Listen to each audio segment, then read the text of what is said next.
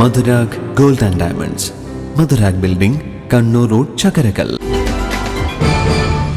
വിദ്യാരംഗം Kalasahithyavedi Kannur north ഉപജില്ലാ പ്രവർത്തനോദ്ഘാടനം Chala government higher secondary സ്കൂളിൽ വെച്ച് നടന്നു.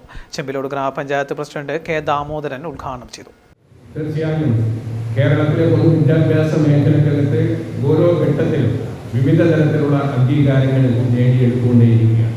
ഇന്നത്തെ പത്രം വായിച്ചാൽ അറിയാം, ഇന്ത്യയിലെ പൊതുവിദ്യാഭ്യാസ മേഖലകൾക്ക് കേരളത്തിന് നേടാൻ സാധിച്ചിട്ടുള്ള അംഗീകാരം ഇന്ത്യയിലെ വിവിധ സംസ്ഥാനങ്ങളിൽ തികച്ചും വ്യത്യസ്തമായ രീതിയിൽ ഒട്ടനവധിയായ നേട്ടം കൈവരിക്കാൻ സാധിച്ചതിൻ്റെ ഭാഗമായിട്ടാണ് കേരളത്തിൽ പൊതുവിദ്യാഭ്യാസ മേഖലയ്ക്ക് പൊതു അംഗീകാരം എന്നുള്ള നിലയ്ക്ക് ഇന്ത്യയിൽ തന്നെ ഒന്നാം സ്ഥാനത്തെത്താൻ സാധിച്ചുള്ളതിൻ്റെ അംഗീകാരം നമുക്ക് നേടിയെടുക്കാൻ സാധിച്ചത് എന്ന് പറയുമ്പോൾ തീർച്ചയായും നമ്മുടെ വിദ്യാഭ്യാസ മേഖലകൾക്ക് നടത്തിക്കൊണ്ടേയിരിക്കുന്ന പ്രവർത്തനങ്ങൾ ഏറ്റവും മികവാർന്ന രീതിയിലാണ് എന്ന കാര്യത്തിൽ തർക്കമില്ല.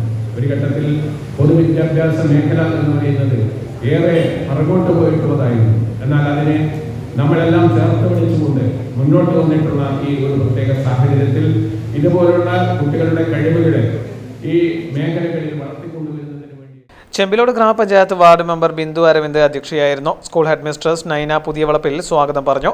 എഴുത്തുകാരൻ ബിജു പുതുപ്പണം വിശിഷ്ടാതിഥിയായിരുന്നു.